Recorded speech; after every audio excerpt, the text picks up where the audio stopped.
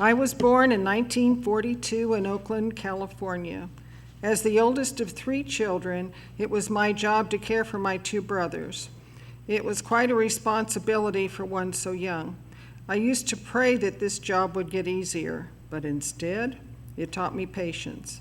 Now I can see that that was God's plan. My father had a job that required us to move every year or so as he advanced in his career. This was a challenge. New schools, new friends, new churches. I attended the Protestant church that was closest to our home at the time. The one constant I had was the church families that I met.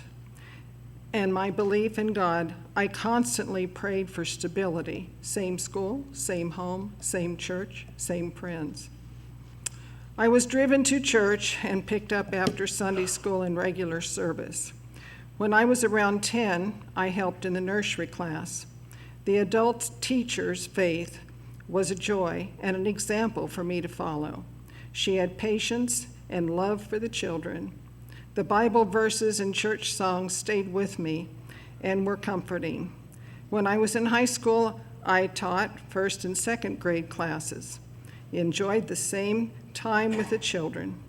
The foundation for being so prepared for this experience was remembering the times that I had helped the nursery school teacher.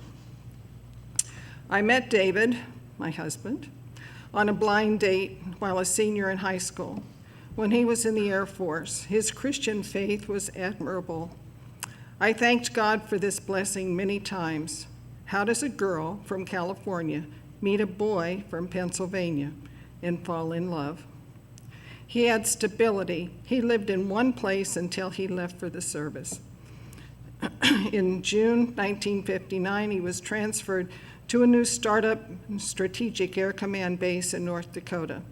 A few months later, I traveled there by train, which took about 2 days with several layovers, train changes, and everything else.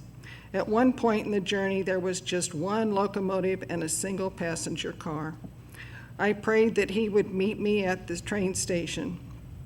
Would my prayers be answered again? He was there, and I gave God thanks. The trip was long, but it was so worth it. My Christian walk continued as a married couple. We lived in North Dakota until May of 1961. I worked in a bank during that time and met many nice people there. We attended a local Methodist church in the town where we lived. After Dave's discharge, we moved to Pennsylvania so he could go to college. I worked in a local bank while he was in school.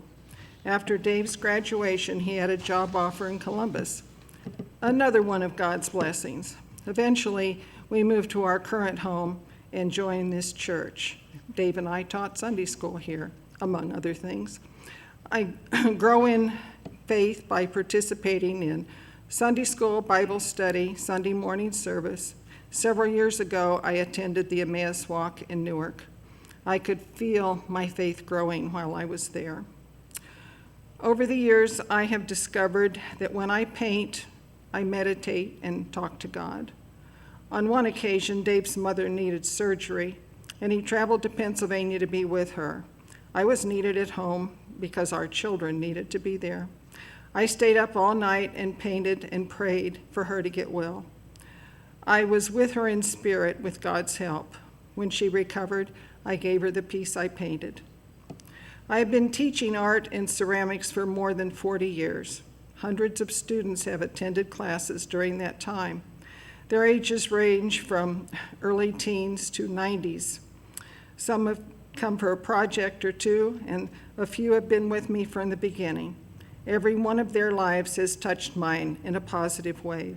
Sometimes during class, there are religious discussions and prayers. It is a privilege to share my faith with them, and I listen to their experiences in faith. Every day is a blessing. I thank God daily.